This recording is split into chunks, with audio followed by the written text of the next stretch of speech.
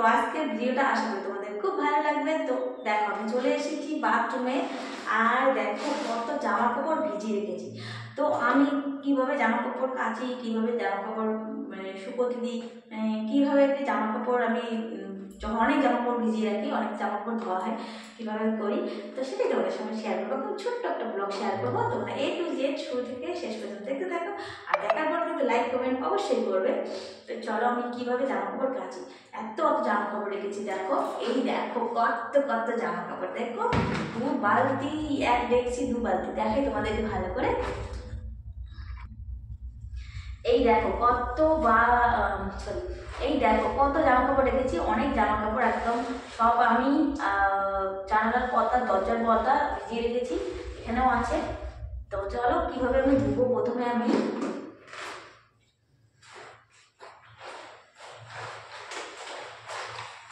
তো একদম সহজ উপায়, মানে তাড়াতাড়ি হয়ে যাবে।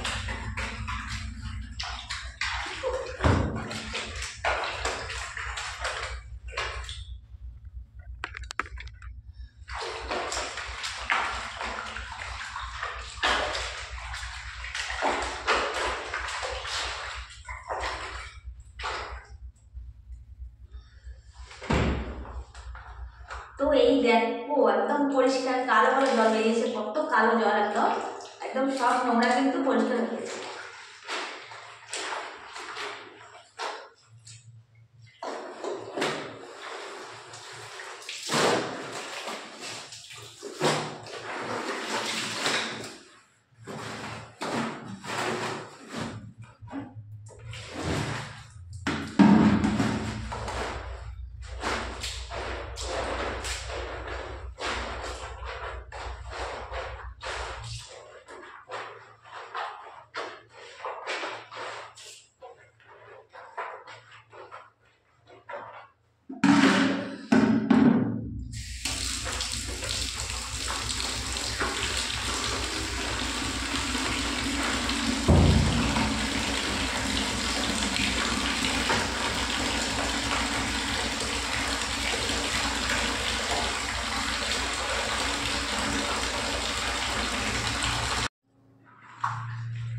তো এই যে দেখো একদম, তো এই দেখো কত কালো কালো নোংরা জল বেরিয়েছে, দেখো।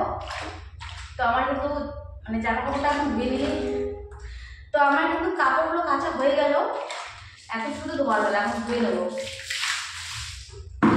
তো এইভাবে কিন্তু তাড়াতাড়ি হয়ে যায়, একদম কষ্ট হয় না, একদম তাড়াতাড়ি হয়ে যায়, একদম তাড়াতাড়ি হয়ে যায়, কোনো কষ্ট ছাড়াই।